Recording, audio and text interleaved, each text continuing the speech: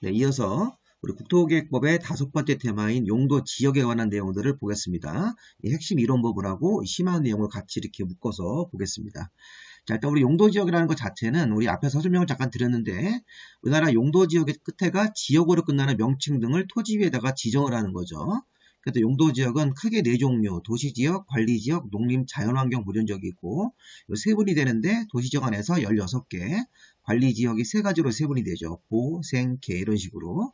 자, 농림, 자연은 세분되지 않습니다. 그래서 이 세분되는 개수를 세보면 이게 19개고 이거는 세분이 안 되기 때문에 21개가지가 되겠죠. 자, 일단 여기서 우리가 봐야 될 것은 도시지역 자체의 목적이 있습니다. 도시지역을 세분하기 전에 목적을 우리가 이제 기술할 수 있는데 도시지역은 인구와 산업이 밀집이 되어 있거나 밀집이 예상되어서 체계적인 개발 정비가 필요한 지역이다. 이렇게 얘기할 수 있습니다. 인구와 산업이 밀집이 되어 있거나 밀집이 예상되어 있어서 체계적인 개발이 필요한 지역들이 도시지역입니다. 자, 관리지역은 도시지역의 인구를 수용하기 위해서 도시지역에 준하여 관리하거나 농림업의 진흥과 산림보전 같은 걸 위해서 농림지역 또는 자연환경 보존지역에 준하여, 이렇게 준하여라는 말을 3번 써주면 이게 관리지역에 대한 뜻이 되는 겁니다. 그래서 우리 관리지역은 도시지역에 준하여 또는 농림지역 또는 자연환경 보존지역에 준하여 관리가 필요한 이런 설명이 나오면 관리지역의 뜻입니다. 자, 이렇게 해놓고 나서 이제 관리지역을 3번을 할 겁니다. 뒤에 가서. 자, 농림지역은 자, 농지법상 농업진흥지역, 산지관리법상 보전산지 같은 명칭이 지정되어서 농림업의 진흥과 산림보전을 위해서 필요한 지역들. 한마디로 농림업의 진흥과 산림보전을 위해서 보전을 해야 되는 농지나 임야 같은 것들을 우리가 농림지역이라고 정합니다. 자, 그 밖에 이제 자연환경 보전지역, 자연환경 수자원 해안, 생태계상수원 문화재 또는 수산자원 같은 것들을 보호하기 위한 지역이다. 참고로 한번 읽어보시면 되겠습니다. 크게 의미 있는 건 아니고요. 자, 우린 지금 도시지역, 관리지역, 농림, 자연환경 보전지역 4가지 큰 용도지역을 이름을 보고 거기 지정 목적을 한 번씩 본 거니까 확인해 보시기 바랍니다. 자, 이제 첫 번째 우리가 용도지역 자체의 목적인데 작년도도 또 시험 문제가 또 나왔습니다. 이게. 자, 일단은 용도지역은 한 필지에 중복하여 정할 수 없습니다. 한 필지에 아까 우리 용도지역 그 3분까지 해서 21종류를 쭉 나열해 놓고 그 중에 이제 하나씩 용도지역을 정하는 거기 때문에 용도지역은 한 필지에 중복하여 정할 수 없다는데 이걸 있다라고 작년도 시험 문제가 냈었죠. 자, 그러니 이것도 한번 보십시오. 자, 우리나라 용도지역의 지정 목적은 토지를 경제적 효율적으로 이용하고 우리나라 용도지역을 정하는 이유가 토지를 경제적 효율적으로 이용하고 공공복리 달성을 위해서 용도지역을 정하는 겁니다. 그래서 개발할 수 있는 용도, 보존해야 되는 용도 크게 구분을 해서 용도지역을 21가지로 이제 이렇게 명칭을 정하는 건데 기본은 개발, 보존 이걸 구분을 해주는 겁니다. 자, 토지를 경제적 효율적으로 이용하고 공공복리 달성을 위해서 용도지역을 정한다. 용도지역은 한 필지에 중복하여 정할 수가 없습니다.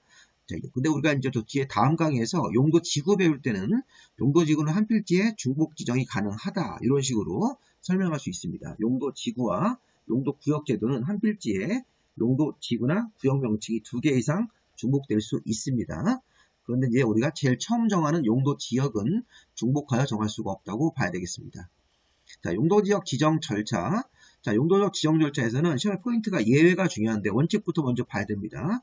자, 용도지역을 지정하거나 변경한 것은 굉장히 중요한 업무이기 때문에 자, 도시관리계획이라는 계획을 결정을 해야 되겠죠. 자, 토지 위에다가 도시관리계획이라는 계획을 결정을 해서 용도지역을 지정하고 변경하는 게 원칙입니다. 자, 우리가 용도지역을 정할 때 도시관리계획으로 결정한다는 말이 무슨 말입니까? 이거죠. 자, 우리 앞에서 배웠던 도시관리계획의 입안 결정 절차를 그대로 거쳐야 되는 겁니다. 그래서 우리가 이제 용도지역을 지정하거나 변경하는 것을 입안을 할 때 기초조사부터 먼저 의무적으로 하고 주민의견 청취, 공람 같은 걸 통해서 주민의견을 듣고 지방의 의견들을 듣고 있으면 듣고 나서 입안을 한 다음에 자기 자신이 결정하든지 아니면 상급자한테 결정 신청을 해서 최종적으로 도시관리계획이 협의와 심의를 거쳐서 결정고시가 돼야 됩니다. 자, 이렇게 용도지역을 지정하거나 변경하는 것은 도시관리계획의 입안 결정 절차로 진행을 해야 됩니다. 이게 바로 도시관리계획으로 결정한다는 뜻입니다. 시험 문제 포인트는 뭐냐면 다음의 지역은 도시관리계획 결정 없이도 용도지역이 지정되거나 변경되는 특별한 장소가 있다는 겁니다. 자, 이게 시험 문제입니다. 자, 다음의 지역은 도시관리계획 결정 없이도 자동적으로 용도지역이 새로 지정되거나 변경되는 그런 특징이 있습니다. 자, 어떤 데가 있냐면 동해수면 매립지, 바다를 매립한 지역입니다. 자, 잘 기억하십시오. 우리 서해안 같은데 바다를 매립하면 새로운 땅이 생기고 이 새로운 땅에서는 어떤 특례로 용도 지역을 새로 이렇게 지정을 할 수 있습니다. 자, 그 다음에 이거 말고도 이제 뒤에 어항구역, 항만구역, 국가산업단지, 택지개발지구, 전원개발사업구역 및 예정구역, 자, 이런 것들이 지정 도시가 된 장소. 그 다음에 관리지역의 농업진흥지역, 관리지역의 보전산지가 들어갔을 때는 농림지역 같은 경우로 결정고시가 된 곳으로 본다. 이런 것들이 있는데 제가 일단 제목 먼저 보여드렸어요. 공유수면 매립지 먼저 기억하시고 어항구역, 항만구역 같은 거 기억하시고 농업진흥지역 보전산지라는 명칭을 기억해야 됩니다. 이런 것들이 지정되면 용도지역 이름이 새로 지정되거나 자동적으로 아니면 다른 용도지역으로 이렇게 지정된 곳으로 본다. 이런 식으로 도시관리계획 결정 없이 돕니다. 자, 다시 우리 공유수면 매립지로 오시면, 자, 우리 공유수면이 바다를 매립한 거죠. 이런 거 생각하시면 되겠습니다. 자, 여기 이쪽 선을 경계로 해서 이 하얀색 부분이 육지인데, 여기가 이 부분이 원래 바다였는데 여기를 이제 매립을 한 겁니다. 자, 이렇게 매립을 했습니다. 그래도 우리 갖다가 자, 이런 식의 부분을 이렇게 막아서 이 붉은색 점선으로 이렇게 막아서 여기를 매립하면 새로운 땅이 생기는 거죠. 그럼 중요한 포인트가 뭐냐면 새로운 땅이 생겼습니다. 이게 과거에는 수면 물이었었는데 바닷물이었었는데 바닷물을 다 없애고 육지로 만들었기 때문에 새로운 땅이 됐으면 여기에 대해서 우리가 용도지역을 새로 지정을 해야 됩니다. 원칙적으로 도시관리계획 결정을 해서 새로 용도지역을 정해야 되는데 우리 법에 이렇게 되어 있습니다. 공유수면의 매립 목적이 이웃 용도지역하고 같으면 자, 매립 준공 인가일에 자동적으로 이웃 용도지역으로 지정된 것으로 본다. 도시관리계획 결정 없이도 이 매립지가 자동적으로 이웃 용도지역인 도시지역으로 지정된 것으로 본다. 자, 조건은 뭡니까? 자, 매립 목적이 주거용지, 아파트 같은 걸 짓는 주거용지인데 주변 지역도 도시지역이다. 그럼 이게 주거용지하고 도시지역하고는 같다고 봐야 됩니다. 자, 반면에 우리가 오른쪽에 매립 목적이 농지일 때 그리고 주변이 농림지역이면 이것도 같은 거예요. 여기 제가 같은 걸 두 개를 보여드렸습니다. 자, 그러면 매립 목적이 이웃 용도랑 같으면 이게 이웃 용도 지역으로 지정된 곳으로 본다. 이렇게 우리가 해석을 해주신 겁니다. 다시 이제 원 글씨로 가보시면, 자, 공유수면 매립 목적이 이웃 용도 지역과 같으면 도시관리계획 결정 없이도 자동적으로 이웃 용도 지역으로 지정된 곳으로 본다. 자, 그리고 의제를 하고 이 사실을 외부로 이제 고시는 따로 해줘야 됩니다. 근데 만약에 매립 목적이 이웃 용도랑 다르거나 아니면 이 매립지가 2개 이상 용도지역에 걸쳐 있거나 2개 이상 용도지역하고 이웃하고 있을 때 이럴 때는 원칙을 그대로 적용해서 도시관리계획을 결정해가지고 용도지역을 별도로 지정을 해줘야 됩니다. 자, 이런 것들이 시험 문제에서 여러 번 나왔죠. 작년도 또 출제가 됐습니다. 매립 목적이 이웃 용도랑 다르거나 아니면 이 매립지가 2개 이상 용도지역에 걸쳐 있는 그런 상황이라면 자, 매립지에다가 원칙적으로 도시관리계획을 결정을 해서 용도지역을 정해야 됩니다. 다시 한번 이 그림을 보세요. 공유수면의 매립 목적이 이웃 용도랑 같은 케이스 두 가지. 그러면 매립 준공 인가일에 이웃 용도지역으로 지정된 곳으로 본다. 자, 다른 경우도 보겠습니다. 다른 경우. 자, 매립 목적이 여기 좀 주거용지인데 이웃 지역이 다 농림지역으로 농지로 되어 있습니다. 그러면 이 매립 목적과 이웃 지역의 용도 지역하고는 이게 서로 다른 거로 봐야 돼요. 그럴 때는 매립지에다가 원칙대로 도시관리 계획을 결정을 해서 용도 지역을 따로 정해야 됩니다. 아니면 매립 목적이 농지인데 이때는 매립 목적을 따지지 말고 이 매립지가 2개 이상 용도 지역에 걸쳐 있을 때 이렇게 이 매립지가 전체가 있는데 이쪽 부분은 농림지역이고 여기는 도시지역 같이 이렇게 두 군데 용도지역에 걸쳐 있는 그런 매립지라면 자, 그럴 때는 이 부분은 위에는 같지만 밑에는 다르기 때문에 이 경우도 이 매립지에다가 도시관리계획을 결정을 해서 따로 용도지역을 지정을 해줘야 되는 것입니다. 자, 항상 우리가 정리할 때 공유수면 매립 목적이 같으면 이웃 용도지역으로 이웃이 농림이면 농림으로 가는 거고 이웃이 도시면 도시로 가는 겁니다. 매립 목적이 다르거나 두 군데 용도 지역에 걸쳐 있거나 이웃하고 있을 때는 이 파란색 부분은 정상적으로 도시관리계획 결정을 해서 원칙대로 용도 지역을 별도로 지정을 해줘야 됩니다. 자, 다음. 자, 우리 어항구역, 항만구역, 국가산업단지, 택지개발지구, 전원개발사업구역을 우리가 이제 한번 앞글자로 외워보는데, 자, 이게 어항 전곡택이라고 외워보세요. 자, 여기 어항구역의 항만구역의 항, 그 다음에 전원개발사업구역이 이게 발전소, 우리 화력발전소 같은 거 짓는 장소라고 생각하시면 되겠습니다. 이 전원이 전기를 만들어내는 원천이 되는 그런 뜻이기 때문에 전원개발사업구역하고 자, 그 어항 전국 국가산업단지, 일반산업단지, 도시첨단산업단지인데 이게 국가가 공단 짓는 거고 일반산업하고 도시첨단은 지방자치단체가 공단을 세우는 겁니다. 그 다음에 택지개발지구, 토지공사가 아파트 같은 걸 지으려고 땅을 개발한 장소인데, 이 어항 전국택이 지정되면 기존 용도지역 다 무시하고 자동적으로 도시지역으로 결정고시가 된 곳으로 봅니다. 자, 이거는 도시지역으로 단정합니다. 아까 앞에서 공유수면 매립지는 이윤용도지역으로 지정된 곳으로 본다는데, 이 어항 전국택이 들어왔을 때는 이때는 도시관리계획 결정 없이도 기존 용도지역 자체는 없어지고, 자, 도시지역으로 결정고시가 된 곳으로 보는 겁니다. 자, 얘네들은 다 도시용 성격이 있기 때문에 도시지역으로 결정고시가 되는 곳으로 보는 겁니다. 그래서 이제 이런 것들을 우리가 보시면 중요한 포인트가 뭐냐면 이 어항구역, 항만구역은 조건이 필요합니다. 이 도시지역에 연접해야 됩니다. 자, 국가산업, 일반산업, 도시첨단산업단지, 택지개발지구, 전원개발사업구역 및 예정구역은 이렇게 연접이란 말이 없어도 되는데 이 어항은 도시지역하고 어항구역, 항만구역이 지정된 장소가 도시지역에 이렇게 연접하고 있을 때 자, 이게 도시지역으로 결정고시가 되는 곳으로 보는 겁니다. 이 어항구역하고 항만구역 지정된 장소가 자, 국가산업, 일반산업, 도시첨단산업단지, 택지개발지구, 전원개발사업구역 및 예정구역은 따로 연접이란 말이 없더라도 그냥 도시지역으로 결정고시가 된 것으로 봅니다.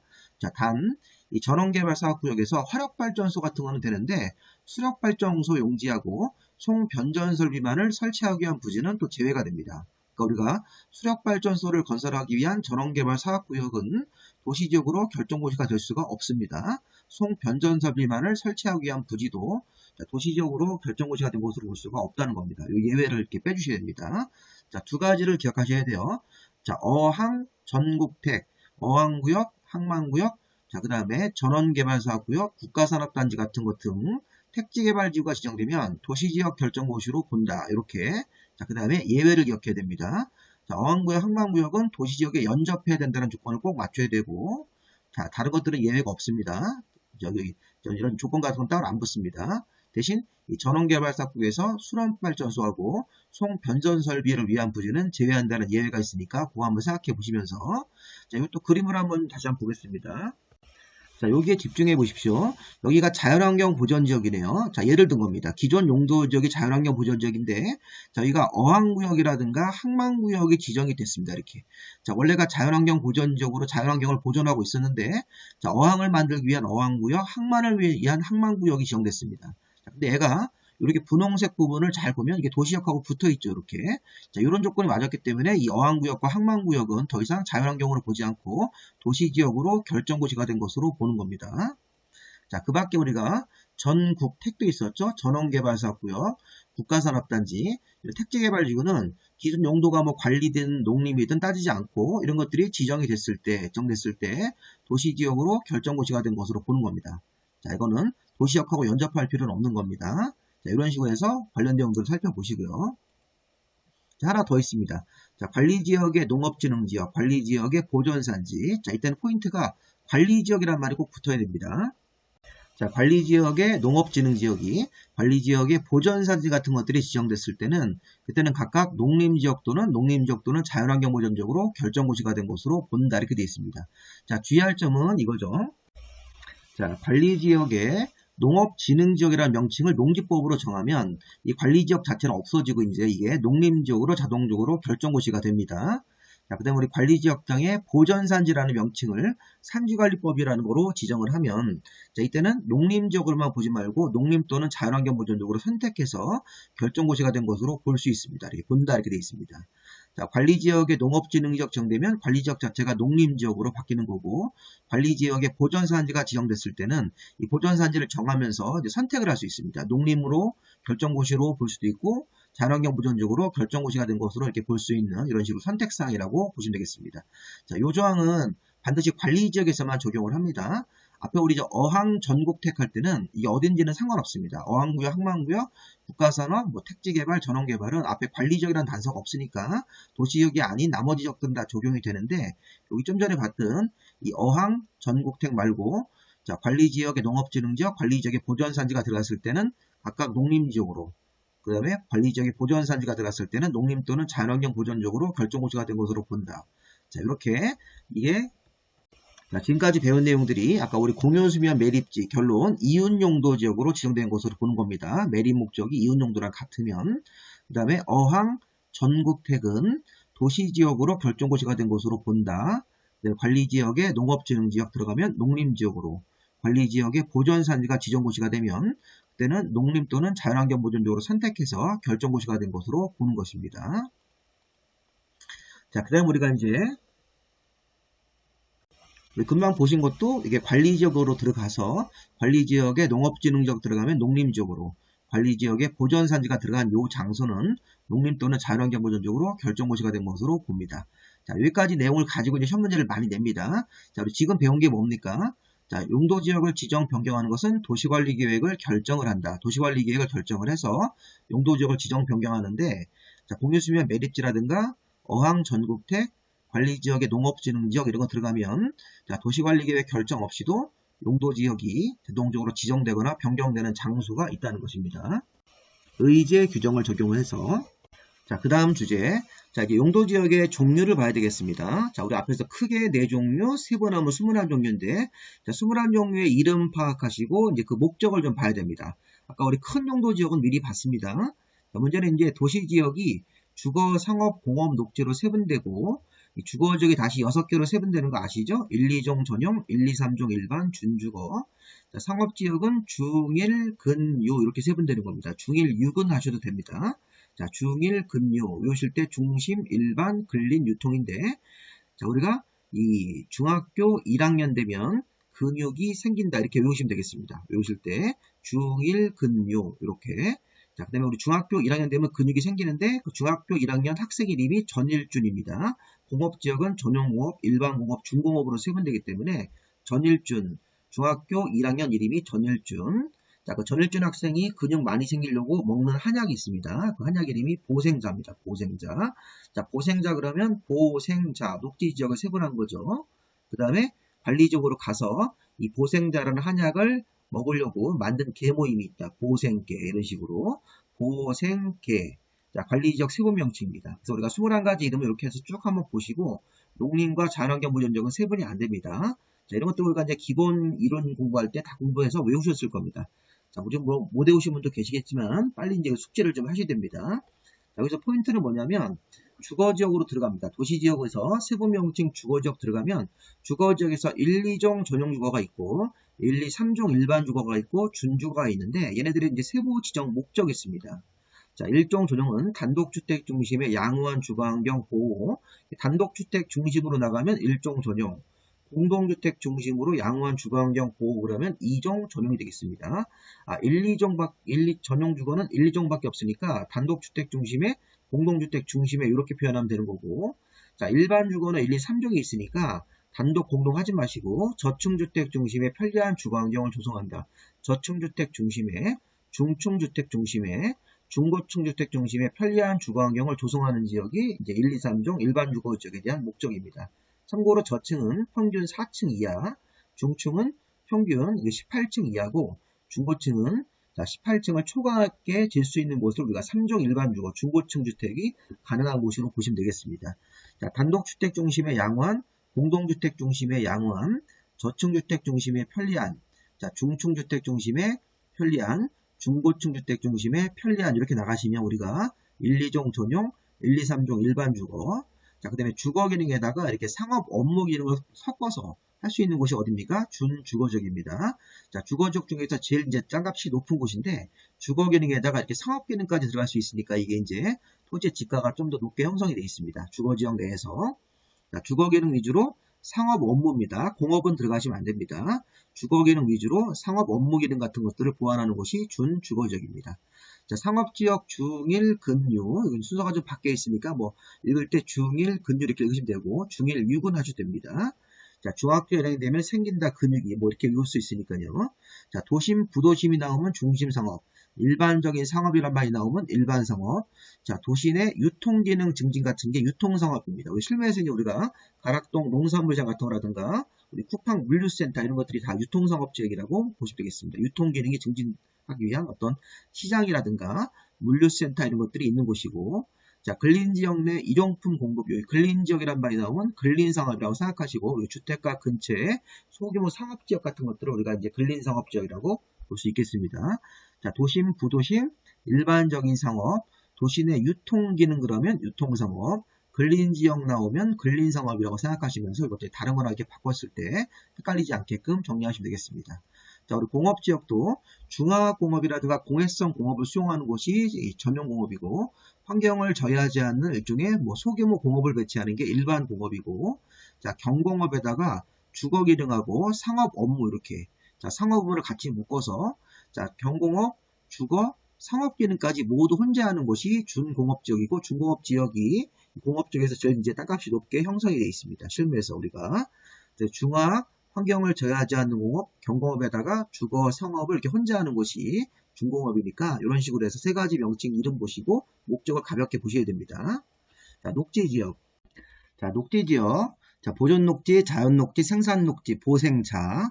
자, 이 중에서 보존녹지는 자연환경이라든가 녹지공원 같은 것들을 보전하기 위한 보전 성격으로만 유지하는 녹지니까 자연환경, 녹지공원을 보전하는 지역 그러면 보존녹지. 자, 농업적 생산을 위해서 개발을 유보하는 녹지가 생산녹지네요. 그래서 녹지 중에서 이렇게 농사 짓는 땅도 있다는 뜻입니다, 이게. 자, 자연녹지는 보전할 필요가 있지만 불가피하면 개발이 허용되는 녹지, 이렇게. 자, 보전하지만 자, 보전을 해야 될 필요가 있지만 불가피하면 개발에 허용되는 녹지가 자연녹지니까 이런 식으로 녹지 공간의 보전이란 말이 나오면 보존녹지, 농업적 생산이란 말이 나오면 생산녹지, 자, 자연녹지면 보전할 필요가 있지만 불가피하면 개발에 허용되는 녹지, 이런 식으로 해서 구분해서 보시기 바랍니다. 이걸 외우는 게 아니라 구분하는 게 포인트입니다. 자, 근데 이제 관리지역도 세분되는데 보, 생, 개로 세분되죠. 자, 일단 우리 보전관리가 보전 성격으로 유지하는 관리인데, 자, 보시면 자연환경이나 산림보호를 위해서 보전이 필요하지만, 자, 자연환경 보전지역으로 이름을 지정하기가 곤란한 지역이다. 좀 특이하게 써 있습니다. 이게 무슨 뜻이냐면 실제 규제를 자연환경 보전지역처럼 하겠다는 겁니다. 자, 관리지역 땅 중에서 보전이 필요한 땅이다. 그러면 이름을 원래는 관리지역으로 안 하고 자연환경 보전지역으로 하려고 했는데 주변 용도와의 관계 때문에 자연환경 보전지역으로 이름 명칭 정하기는 곤란하지만 실제 규제는 자연환경 보전지역과 유사하게 규제하는 곳이 이게 바로 보전관리지역입니다. 그래서 우리 보전관리는 보전이 필요하지만 자연환경 보전지역으로 지정이 곤란한 지역 이렇게 해석을 하시고요. 자, 농업적, 농림호업 생산을 위해서 관리가 필요하지만 농림적으로 지정이 곤란한 지역이다. 자, 이것도 농림호업 생산을 위해서 관리를 해야 되는데 이름을 농림적으로 정하기는 좀 곤란하다. 그래서 생산관리 정해놓고 실제 규제는 농림지역처럼 규제하는 곳이 생산관리지역입니다. 그래서 우리가 이제 구분할 때는 자연환경 보전적으로 지정이 곤란하면 보전관리, 농림적으로 지정이 곤란하면 생산관리, 자, 계획관리지역. 자, 조만간에 도시지역으로 편입이 예상되거나 자, 제한적인 이용 개발을 하려는 지역이 계획관리지역입니다. 그래서 관리지역 중에서 제일 비싼 땅이 계획관리지역이 되겠습니다. 나중에 이제 부동산 투자, 토지 같은 거 투자하실 때 이 계획관리지역 땅을 잘 사셔야 되는데 잘못해가지고 속아서 보전관리지역 이런 거 사셔가지고 굉장히 재산적인 손실을 보는 경우도 많이 생기십니다. 자, 어쨌든 이 계획관리지역이 도시적으로 편입이 예상되거나 제한적인 이용 개발을 하려는 지역이다 이렇게 우리 보시면 되겠습니다. 자, 농림지역 자연환경 보전지역은 농업진흥지역이나 보전산지 등이 지정돼서 농림업의 진흥과 산림보존을 위한 지역이고 세분되는 명칭은 없고요. 자연환경 보전지역은 여기 자, 수, 해, 생상문, 여기 생상문화재가 이렇게 국가유산으로 바뀌었습니다. 자연환경, 수자원, 해안, 생태계, 상수원, 국가유산 같은 문화재 같은 것들을 보존하거나 수산자원을 보호하는 곳이니까 참고로 한번 보시기 바랍니다. 자, 우리 여기까지가 우리가 용도지역이 21가지 명칭을 확인했고 21가지 명칭별로 목적을 확인한 것입니다. 그리고 가장 중요한 거 용도지역에서 이제 행위제한입니다. 자, 용도지역 지정되면 그 해당 토지 소유자가 건물을 건축할 때 세 가지 형태의 행위제한 규제를 받는 겁니다. 자, 우리 건축제한 같은 건물의 용도 제한, 다른 말로 얘기하면 종류 제한입니다. 자, 우리 앞으로 이제 공법의 용어를 쓸 때 국토기획부에서 건축 제한이라고 하는 것은 건물의 용도 제한, 다른 말로 얘기하면 건축물의 종류 제한입니다. 예를 들어서 일종 전용 주거 지역은 아파트는 건축할 수 없습니다. 근데 단독주택은 가능하죠. 이런 식으로 해서 건물의 종류를 제한할 수 있습니다. 자, 그다음 우리 건폐율, 건축물을 건축을 할 때 얼마나 넓게, 이 대지에서 얼마나 넓게 차지할 수 있는지 건축 면적, 건축물이 지어지는 면적이죠. 건축 면적. 위로 올라갈 때 이제 1층, 2층 올라가면서 이 용적률 제한을 받아야 되죠. 이 연면적 제한도 있습니다. 연면적이라는 게 연결한 면적이기 때문에 각 층 면적을 다 연결해서 그 연면적을 얼마까지 허용받을지. 그래서 이게 우리가 얼마나 이 대지를 많이 차지해서 넓게 지을 건지 건축 면적 제한 같은 거, 건축 연면적 제한은 얼마나 층을 많이 올릴 건지 이런 거에 대해서는 우리가 기본적으로 용적률 제한이라고 합니다.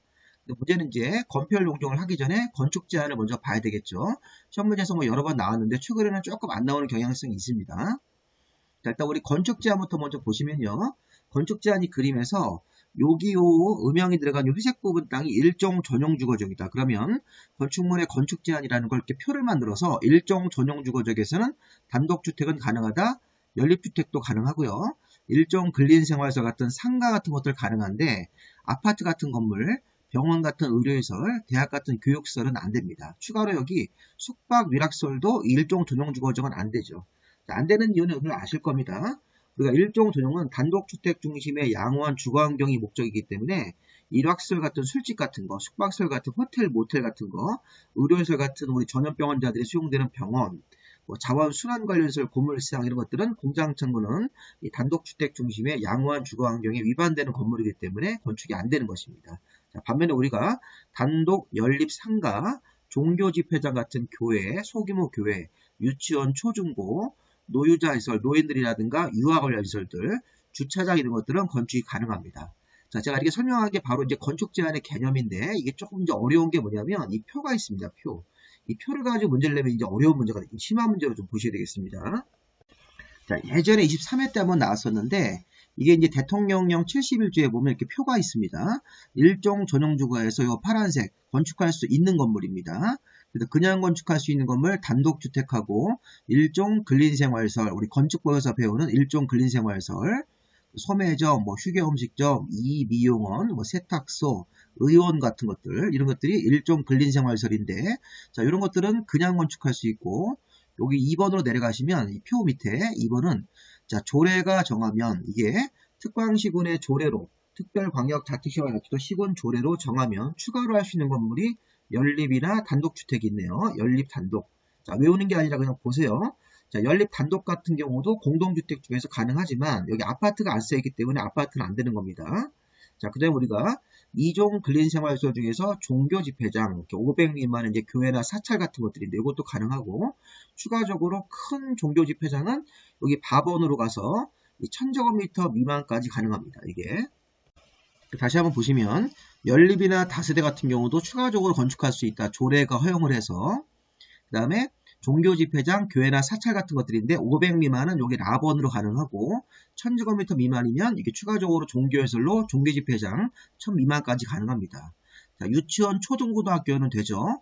여기 대학교는 안 됩니다. 대학교는 포함되어 있지 않기 때문에 자, 노유자, 주차장 같은 것들이 일종 전용주거지에서 그냥 건축할 수 있는 건물도 있고 조례가 정함할 수 있는 건물도 있고 자, 이 표를 외우는 건 어려우니까 우리 어떻게 정리를 해야 될까요?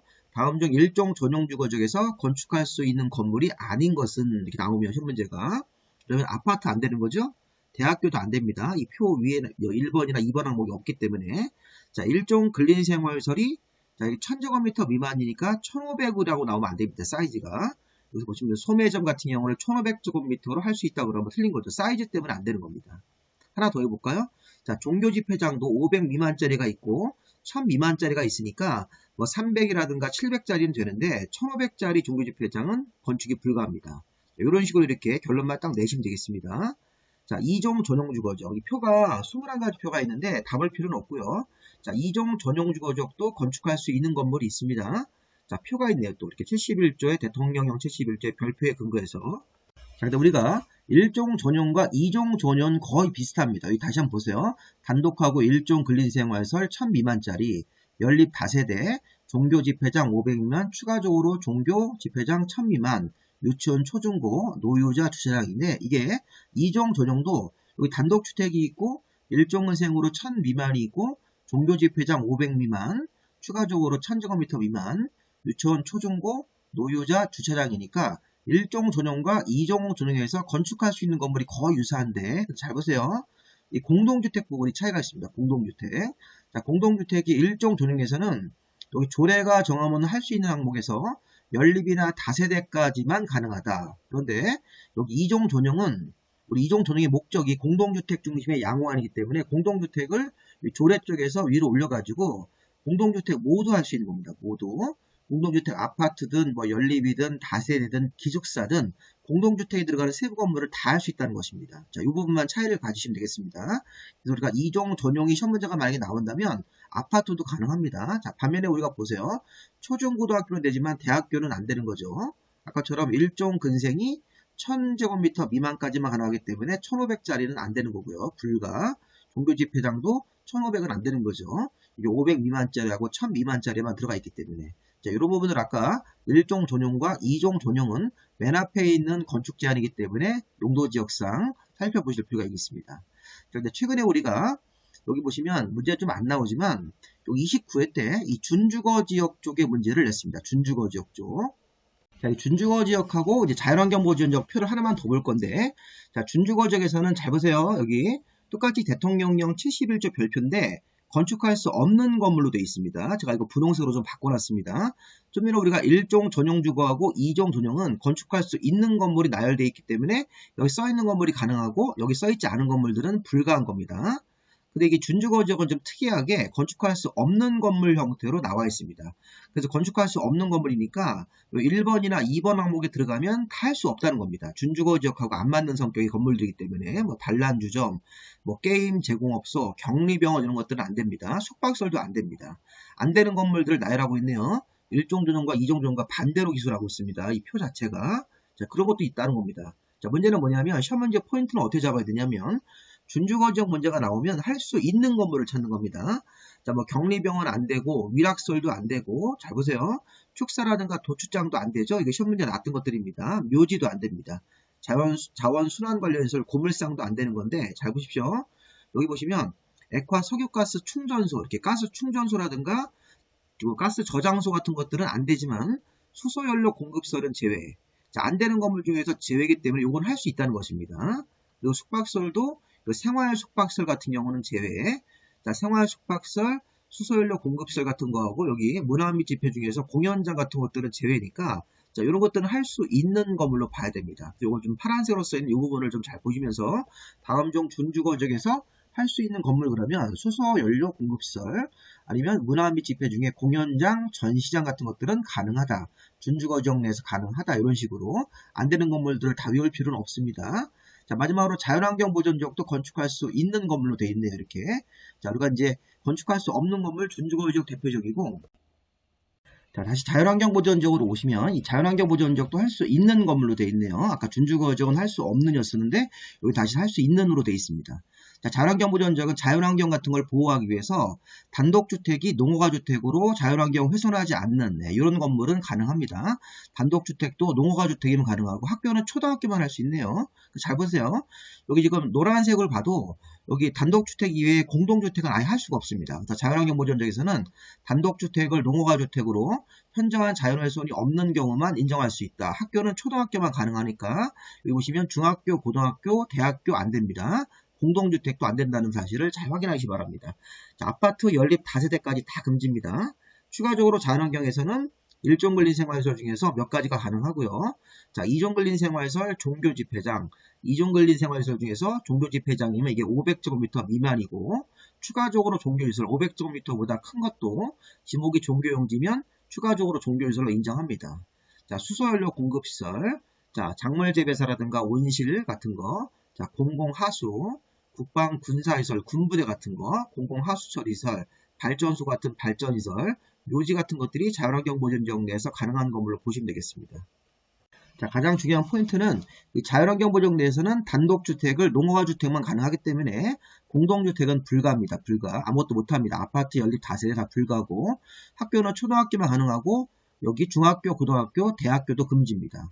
그리고 추가적으로 조례가 정하는 걸 쭉 보더라도 요 종교집회장 같은 것들, 수소연료, 뭐 작물재배사, 온실 같은 거, 농사짓는 데 필요한 온실 같은 것들, 공공하수, 국방군사, 발전소, 묘지같이 공익성이 있는 건물만 인정하는 거지 뭐 개인적으로 뭐 의료시설을 짓거나 숙박설 이런 거 짓는 것은 다 불가능하다고 봐야 되겠습니다. 자, 이게 우리가 제가 지금 4가지 표만 보여드렸습니다. 1종 전용주거지역에서 할 수 있는 건물들, 2종 전용에서 할 수 있는 건물들, 그 다음에 쭉 넘어가서 준주거지역에서 할 수 없는 건물로 표가 규정되어 있고요. 마지막으로 맨 끝에 자율환경보존지역에서 할 수 있는 건물인데, 자, 이 부분은 좀 최근에는 좀 안 나오지만 한 번씩 읽어보실 필요가 있겠습니다. 이 네 가지 표는. 참고로 우리가 이 21가지 원래 이 표에 21가지 표가 있는데 이거를 다 볼 수 없으니까 네 가지만 본 거고, 참고로 할 수 있는 건물하고 할 수 없는 건물의 표가 두 종류가 있는데, 이 할 수 없는 건물이 어디냐면요. 할 수 없는 건물은 준주거지역, 여기 지금 보여드리고 있는 준주거지역하고 상업지역 4개가 할 수 없는 건물입니다. 그리고 준공업지역하고 계획관리지역의 표가 이렇게 총 7개입니다. 그래서 준주거지역, 그 다음에 상업지역 4개, 그 다음에 준공업, 그 다음에 그 계획관리지. 그 표는 나중에 기본서 같은 거 찾아보시면 할 수 없는 표로 되어 있고, 네거티브형으로, 나머지는 다 할 수 있는 형태로 되어 있습니다. 그걸 다 보실 필요는 없고, 이렇게 1, 2종 전용구하고 준주거지역하고 이 자율환경보존지역의 표의 내용들을 한번 살펴보시기 바랍니다. 자, 그리고 요거 중요합니다. 요거. 자, 이거 뭐냐면 이 21가지 건축 제한표를 모두 분석을 해서 아파트가 가능한 지역을 우리가 8개를 좀 뽑았습니다. 이렇게.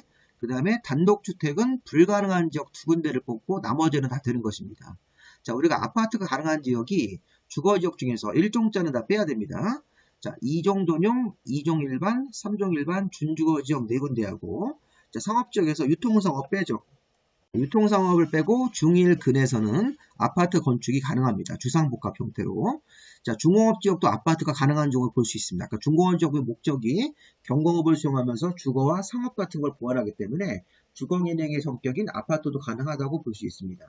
그러니까 아파트가 가능한 지역은 8개를 좀 외워주시고 이 21가지 표를 쭉 분석을 했을 때, 그 다음에 단독주택은 요거는 요 시험 문제 요거 아파트는 2번 나왔습니다. 아파트가 가능한 지역이 아닌 걸 찾아라 이런 식으로 용도적 이름으로. 자, 단독주택은 불가능한 지역 2개가 있고 나머지는 다 허용된 겁니다.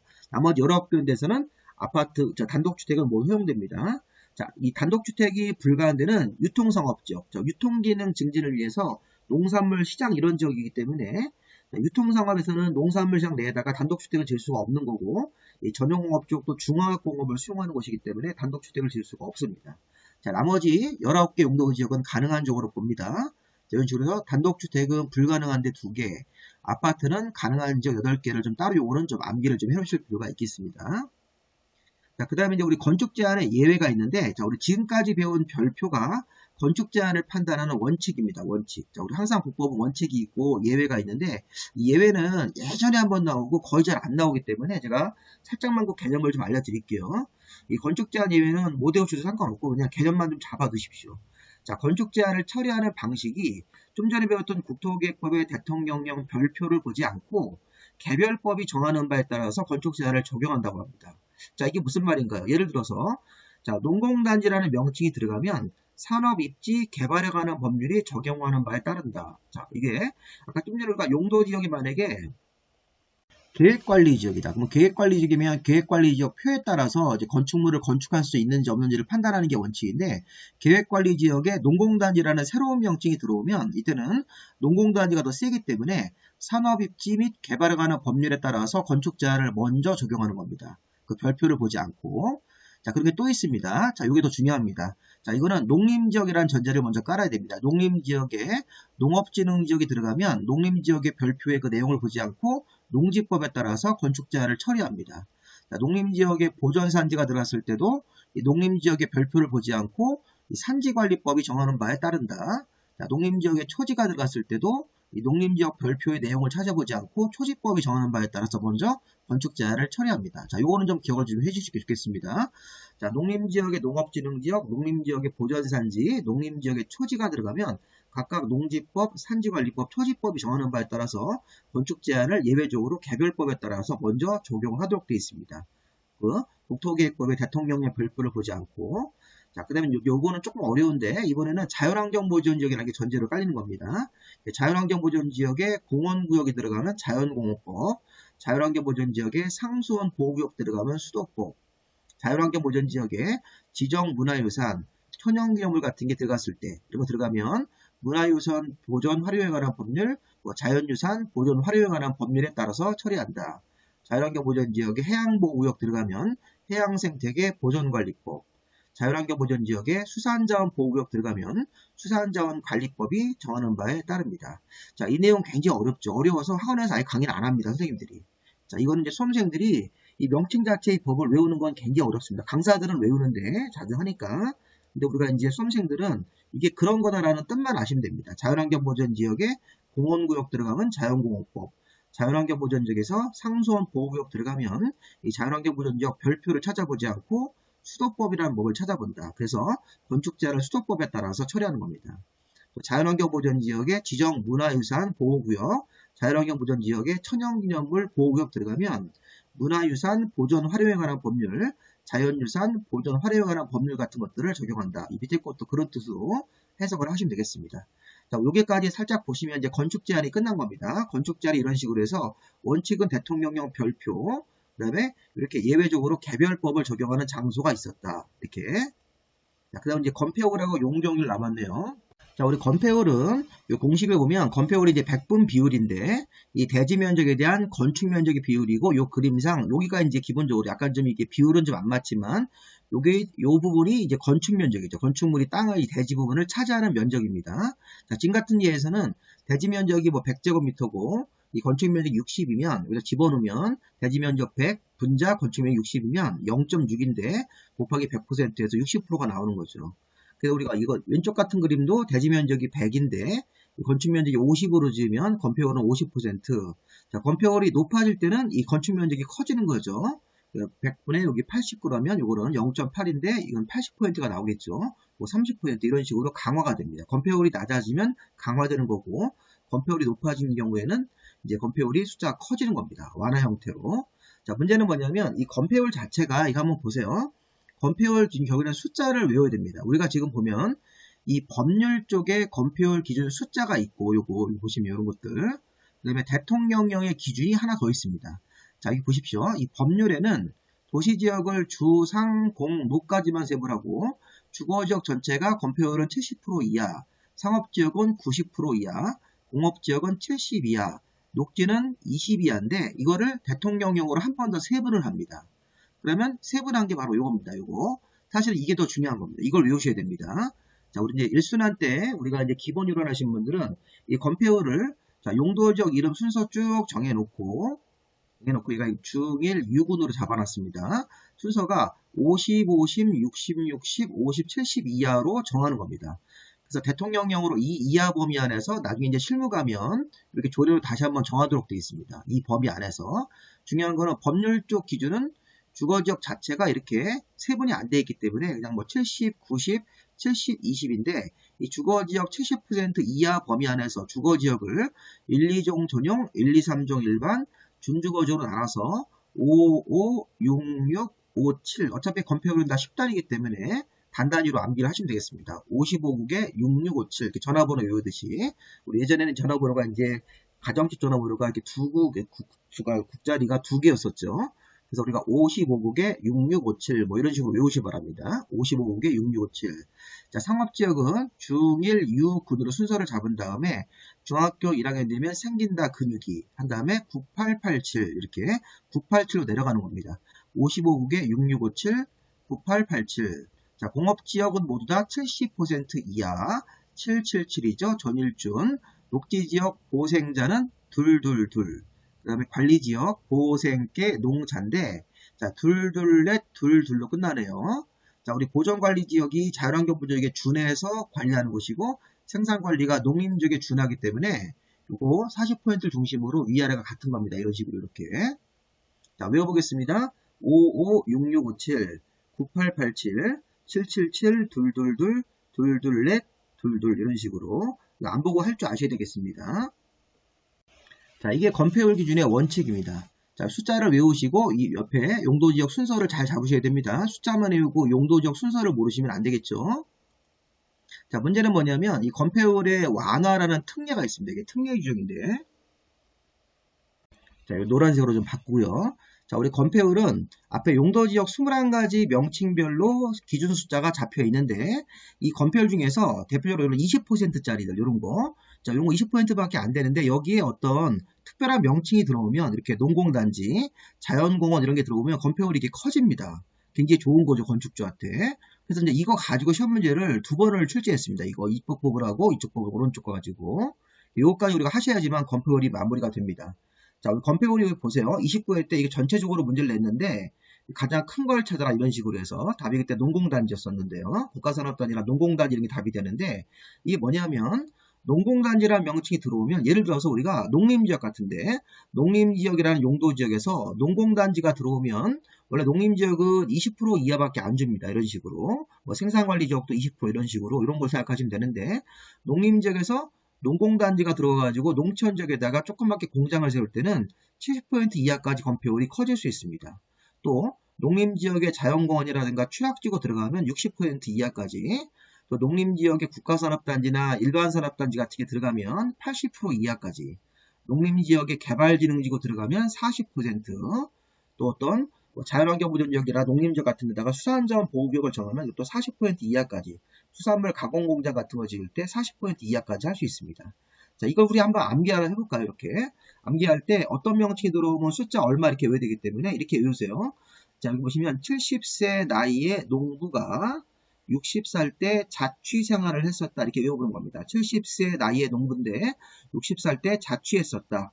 자취할 때 국가산업단지에 들어가서 물건 훔쳐다가 팔았다. 이 사람이 좀 도벽이 있었나 봐요. 국가산업단지에 들어가서 물건 훔쳐다가 팔고, 자, 그 돈으로 우리 보신탄용 개를 샀다. 개 삽니다. 개사. 이제 그지 같지만 이렇게 외워보세요. 자, 그 물건 훔친 돈으로 개를 사서 그 돈으로 개를 사가지고 절도를 저질렀는데 이게 잡혀가지고 나중에 수사를 받았다. 수사 이렇게 암기하는 겁니다. 자, 이게 무슨 말이냐면 다시 한번 보세요. 자, 이 그림을 보시면 70세 농부가 60살 때 자취하다가 국가산업단지에서 물건 훔쳐가지고 그 돈으로 개를 사서 절도죄로 수사받았는데, 자, 우리가 머릿속으로 그렇게 문장 자체를 좀 그지 같지만 외워보시면, 자, 70세 농부가 그러면 농공단지는 70%라는 얘기죠. 그 다음에 자연공원이나 취락지구는 60%. 시험은 객관식이기 때문에 자취 그러면 60%라고 연상을 하시면 되는 겁니다. 자, 국가산업단지 들어가서 물건 훔쳐서 팔고 80%, 그 돈으로 개발진흥지구 개를 사서 절도죄로 수사받았다. 수산자원보호구역 40%. 이 그림으로 보세요. 여기 보시면 요 지역을 보십시오. 여기가 지금 농림지역이라고 제가 표시했습니다. 농림지역입니다. 자, 요 지역의 농림지역에서 파란색 명칭들이 들어간 겁니다. 지금 농림지역 원래 건폐율이 20%밖에 안 되는데, 자, 70세 농공단지, 70세 농부가 자연공원이나 취락지구 들어가면 60%까지 이렇게 변할 수 있습니다. 자취 60살 때, 자, 국가산업단지나 일반산업단지 같은 거 들어오면 국가산업단지에 들어가서 물건 훔쳐다가 팔고, 자, 그 돈으로 우리가 개를 샀습니다. 개발진흥지구라는 용도지구 들어가면 40%까지 들어가고, 수산자원 보호구역 들어가면 또 40%까지 바뀝니다. 자, 원래 이것만 하면 되는데 요 예외가 두 개가 더 있습니다. 자, 이번에는 자, 장소가 자연녹지하고 계획관리지역 딱 정해져 있습니다. 여기 이제 새로 생긴 건데, 자, 요거 보세요. 좀 전에 아까 농림지역의 20%짜리에서 개발진흥지구 들어가면 40%인데, 자, 농림지역이 아닌 자연녹지에다가 개발진흥지구를 정하면 그때는 30% 이하까지만 바뀌고, 그 다음에 계획관리지역 같은데 원래 계획관리지역은 건폐율이 40%입니다. 40%인데 여기다가 산업유통 개발진흥지구라는 걸 정하면 새로 생긴 겁니다. 올해 60% 이하까지 또 변하는 경우도 있습니다. 자, 원래가 개 산다, 개 사, 개를 40%까지만 변할 수 있었는데 이게 아까처럼 자연녹지 위에 개발진흥지구 들어가면 여기 자연녹지는 농림지역과 다르게 요 개가 들어갔을 때는 40%가 아니라 30%까지 변하는 거고, 요 계획관리지역에 여기 산업유통 개발진흥지구라게 들어가면 60% 이하까지 변합니다. 자, 이건 우리가 따로 좀 요거는 별도로 보시고 요 파란색부터 먼저 암기해 주셔야 됩니다. 자, 지금 70세 농부가 60살 때 자취하다가 국가산업단지에 들어가서 물건 훔쳐다가 팔고 그 돈으로 개를 사서 절도죄로 수사를 받았다. 근데 자연녹지에서는 개가 들어가면 30%, 그 다음에 계획관리지역에 개가 들어갔을 때는 60%까지 산업유통이라는 걸 딱 정해서 개발진흥지구 정하면 60% 이하까지 변하는 것입니다. 이게 바로 건폐율의 완화 현상으로 커지는 겁니다. 건축주한테 좋은 겁니다. 자, 하나 더 보겠습니다. 이 오른쪽 것도. 자, 이번에는 이 계획관리지역의 40%짜리 여기에 성장관리계획이라는 거 뒤에 가서 배울 거예요. 난개발을 방지하기 위한 계획 성장관리계획이 들어가면 계획관리지역 40%가 10% 가산돼 가지고 50%로 커집니다. 자, 그 다음에 여기 생산녹지, 자연녹지가 원래 건폐율 20%, 생산관리지역도 원래 건폐율 20%, 농림도 20%인데 이런 네 군데 용도 지역에 성장관리계획이 들어가면 이것도 30% 이하까지 커집니다. 작년도에 이게 시험 문제였습니다. 이게. 작년도에 요 문장을 가지고 여기다가 뭘 집어넣냐면 보존 녹지를 집어넣었어요. 보존 녹지는 들어가지 않습니다. 생산 녹지, 자연 녹지, 생산관리, 농림지역 같은 20%짜리 네 군데에서 성장관리 계획이 들어가면 건폐율이 20%가 아니라 30% 이하까지 건폐율이 늘어나는 지역들, 이런 식으로 해서 건폐율을 한번 살펴보시기 바랍니다. 자, 기출 표시한 걸 나중에 시험 문제 한번 풀어보시면 제가 이제 어떤 식으로 설명했는지를 확인할 수 있을 겁니다. 이번에 이제 용적률입니다. 자, 용적률은 이 공식을 보면 분모가 대지 면적이고 분자가 연면적으로 되어 있네요. 곱하기 100%입니다. 아까 우리 건폐율은 이게 건축 면적인데, 자, 용적률은 연면적. 자, 연면적이랄게 연결해서 쌓은 면적이라는 얘기인데요. 자, 연면적이라는 것은 1층, 2층, 3층, 4층 같은 면적을 다 각각 더해서 다 연결한 면적이 연면적입니다. 지하층까지. 원래 그게 오리지널 연면적인데, 용적률 계산할 때 연면적 할 때는 중요한 포인트가 뭐냐면 지하층하고 지상의 부속용도 주차장 면적하고 초고층 건물의 피난구역, 경사지붕 아래 대피공간 이런 것들은 빼라는 겁니다. 여기서 중요한 거는 지하층 부분은 무조건 빼고요. 자, 지상 1층이 부속용도의 주차장 면적으로 쓰고 있으면 이걸 빼고 요 나머지 2층부터 5층까지만 연결한 면적이 연면적으로 잡히는 겁니다. 근데 연면적 같은 경우는 이 건물을 졌을 때 지금 보니까 2층, 3층, 4층, 5층은 지상 상가 쓰고 있기 때문에 자, 건축 면적 그대로 각 층 바닥 면적을 낸다고 전제를 합니다. 우리 실무에서는 이제 건축 면적하고 각 층 바닥 면적이 다르게 건축을 할 수 있지만 우리 시험 볼 때는 동일하다는 전제로 해서 이 건축 면적이 딱 나오면 요거대로 그대로 1층, 2층, 3층, 4층, 5층 올리고 지하도 냈는데 지하 부분은 빼라고 했으니까 무조건 뺍니다. 지하는 주차장 같은 거 따지지 않고 지상에 부속용도 주차 공간이 있으면 이걸 빼고 나머지 층만 합쳐서 이게 총 50씩 해서 4칸이기 때문에 여기 200이 들어가는 거죠. 200. 자, 200 들어가고 대지 면적은 여기 100이니까 100제곱미터를 집어넣고 대지 면적 집어넣고 연면적은 요걸 뺄 거 빼고 집어넣어서 200이 되는 것이죠. 자, 그럼 이게 보시면 2인데 곱하기 100% 하기 때문에 200% 용적률이 계산이 되는 것입니다. 자, 우리 시험 볼 때는 이 용적률 공식을 확인했으면 용적률이 우리 법에 또 기준이 잡혀 있습니다. 자, 용적률도 아까 우리 건폐율처럼 이렇게 주거지역이 뭐 500 이하, 상업지역은 1500 이하, 용적률, 공업지역은 400% 이하로 해가지고 세분을 주거지역까지만 해놓고 나서 이렇게 기본 용적률을 주고 이 법률에서 주고 그런 다음에 이거 세분을 한 대통령의 용적률을 봐야 됩니다. 그래서 이게 바로 대통령의 용적률로 이렇게 용도지역 면적을 세분을 하고 나서 대통령에 따라서 이게 뭐 50에서 100% 이하 이런 식으로 용적률이 잡혀 있는데 여기 왼쪽에 있는 이 부분은 이게 하한 같은 게 있는데 이거는 보지 마시고 이 상한만 보시면 되겠습니다. 이 부분만 잘라가지고 제가 여기서 표를 다시 만들었으니까 용적률은 이 숫자를 가지고 외우시면 될 것 같습니다. 자, 용적률은 100%부터 시작해가지고 자, 100, 150, 200, 250, 300 해서 50씩 올리다가 준주거 지역은 많이 올립니다. 200% 가산해가지고 50씩 올리다가 자, 준주거 지역은 500, 자, 중심상업 지역은 1500%, 1000%이기 때문에 이 중심상업 지역 1500%면 자기 대지의 15배까지 연면적을 낼 수 있으니까 중심상업 지역의 땅값이 그렇게 비싸고 오늘 높게 올라가는 거죠. 자, 어쨌든 1500에서 200씩 빼는 겁니다. 자, 중일, 유, 근자포 1500, 1300, 1100, 900 이런 식으로 자, 공업지역은 300에서 전일준 50씩 올라갑니다. 주거지역처럼. 그 다음에 녹지지역은 8, 100, 100. 녹지지역 보호생자 8, 100, 100. 그 다음에 관리지역이 8, 800, 88로 끝납니다. 농림자연까지. 건폐율이 둘둘넷, 둘둘로 끝나듯이 용적률도 8, 800, 88 이런 식으로 해서 마무리가 되는 겁니다. 다시 한번.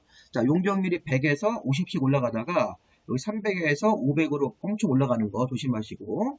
자, 상업지역은 1500, 1300, 1100, 900, 중일, 유분, 공업지역은 300, 350, 400, 전일준, 보생자, 녹지지역은 8, 100, 100, 그 다음에 관리지역하고 농림을 합쳐서 8, 800, 88인 이유는 보전관리가 자연환경 보존지역에 준해서 관리하고 생산관리지역의 농림에 준해서 관리하기 때문에 이 가운데 100% 기준으로 위아래가 같은 거라고 보시면 되겠습니다. 자, 이렇게 용적률 기준은 이렇게 상한 자체만 외우시면 됩니다. 시험 문제에서. 자, 원래 기준에 이렇게 하한하고 상한 이렇게 범위가 잡혀 있는데 이런 부분들은 다 외우려고 하면 좀 어려우니까 무시하시고 자, 이 오른쪽에 있는 것만 외우시면 되겠습니다. 100에서 이렇게 50씩 올라가다가 500으로 올리고 1500에서 200씩 빼는 거 있었죠. 그 다음에 여기 공업지역은 300에서 350, 400, 8, 100, 100, 8, 800, 88 이런 식으로 해서 용적률 숫자하고 건폐율 숫자는 우리가 필히 암기하시고 자, 용적률도 완화되는 특례가 또 있습니다. 아까 우리 건폐율을 기억나시나요? 다시 한번 해볼까요? 70세 농부가 60살 때 자취했었다. 60살 때 자취면 60%짜리 자연공원 출약지구라는 게 있다는 것이죠. 70세 농부 그러면 농공단지는 70%까지 변할 수 있고, 자, 자취하다가 국가산업단지에 들어가서 물건 훔쳐다가 팔았으니까 국가산업단지는 80% 이런 거, 일반 산업단지도 80%. 그래서 개를 샀죠. 개발기능지구 40%. 수산자원보호구역 수호사 이런 거. 자, 그러면 자, 용적률도 개발기능지구, 수산자원보호구역, 자연공원, 농공단지가 들어가면 여기는 숫자까지 커진다고 볼 수 있습니다. 이렇게. 자, 보세요. 자, 이것도 한번 보시면, 자, 이 그림 한번 보실까요? 자, 용적률이 여기 써있는 요 내용을 제가 또 그림으로 한번 그려봤습니다.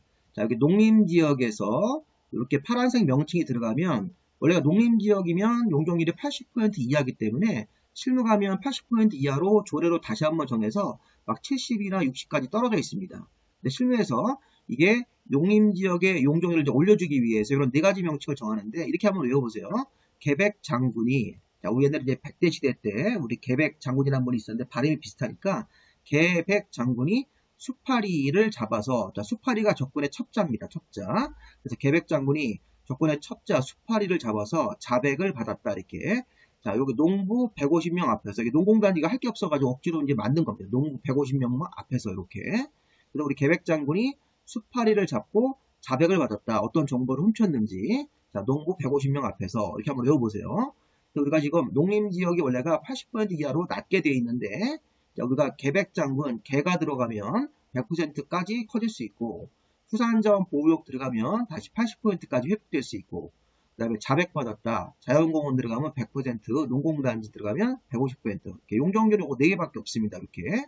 자, 용적률의 특례에서 또 하나. 자, 성장관리계획이 들어가면 요 계획관리지역에, 자, 계획관리지역이 원래가 100% 이하인데, 성장관리계획이 들어가면 125%까지 이렇게 커집니다. 4분의 1을 늘려주는 거라고 보시면 되겠습니다. 그래서 계획관리지역이 아까 우리 건폐율도, 자, 건폐율이 계획관리지역은 원래 40%인데 성장관리계획 들어가면 50% 이하로 커지고 40%의 4분의 1을 더 가산해 주는 겁니다. 계획관리지역에 성장관리계획 들어가면 용적률은 125%까지 커집니다. 100%의 4분의 1이 25%니까 그 가산해 줘가지고 이런 식으로 변하게 할 수가 있다는 것입니다. 자, 여기까지 하시면 이제 건폐율하고 용적률의 원래 숫자하고 특례까지 보신 겁니다. 굉장히 어렵습니다. 이 부분. 자, 설명을 들어보시고 이제 문제를 이렇게 좀 우리가 처음에는 이렇게 문제를 좀 떠듬떠듬 풀지만 기출문제를 자꾸 반복해서 보시는 게 결국에는 공법에서 60점 이상 맞는 방법이라고 생각하시면 되겠습니다. 자, 마지막으로 용도지역이 미지정, 미세분 가볍게 보고 이제 마무리하겠습니다. 자, 우리나라 토지는 용도지역이 하나가 지정돼야 되는데 이게 용도지역이 아무것도 없는 미지정 상태나 미세분된 지역이 있습니다. 이게 무슨 말이냐면 여기 한번 보세요. 자, 여기 좀 파란색 같은 경우 보시고 여기 분홍색을 먼저 볼까요? 자, 우리나라 토지는 크게 도시, 관리, 농림, 자연 중에 하나가 들어가고 이 도시지역과 자연환경, 이 관리지역에서는 세분이 돼야 됩니다. 근데 문제는 여기 분홍색 토지는, 분홍색 토지 이 부분은 용도지역이 아무것도 없다는 겁니다. 자, 도시지역도 안 돼 있고 관리지역도 안 돼 있고 농림, 자연도 없는 용도지역이 미지정 상태일 때는 그때는 규제를 건폐율이라든가 용적률 규제, 건축제한 규제를 자연환경보존지역 규정을 대신 적용하는 거고요. 여기 보시면 자, 용도지역이 아무것도 없다. 그때는 건축제한 건폐율 용적률은 자연환경보존지역 규정을 적용하고, 자, 그 다음에 이번에는 도시지역 안에서 세분이 안 돼 있기 때문에 이건 미지정이고 밑에 거는 미세분입니다. 이번에는 도시지역은 정해져 있는데 도시지역 안에서 우리 주거지역 6개, 상업지역 4개, 공업지역 3개, 녹지 3개로 세분이 되어져야 되는데 도시지역 안에서 세분이 안 돼 있는 땅은 도시지역 중에서 가장 센 데가 보존녹지입니다. 도시지역 안에서 미세분된 지역은 보존녹지 쪽 행위자 적용하고 관리지역 안에서 미세분된 토지는 보존관리지역 쪽 규정을 적용하도록 되어 있습니다. 여기 관리지역에서도 세분이 안 되어 있는 땅은 보존관리지역 쪽 규정을 적용합니다. 그래서 우리가 용도지역이 미지정되어 있을 때는 건축물을 건축하는 사람은 자연환경보존지역 쪽 규정을 적용해서 건물을 짓는 거고 도시지역에서 미세분, 관리지역에서 미세분된 지역들도 각각 보존녹지나 보존관리지역 쪽 행위제한을 적용하도록 되어 있습니다. 자, 마무리하겠습니다. 용도지역 목적함을 읽어보시고 용도지역 지정 절차에서 도시관리계획을 결정하는 게 원칙인데 도시관리계획 결정하지 않고도 용도지역이 자동적으로 지정되는 데가 있었죠. 우리 공연수면 매립지 같은 데 기억나시죠? 어항, 전국, 택도 있었습니다.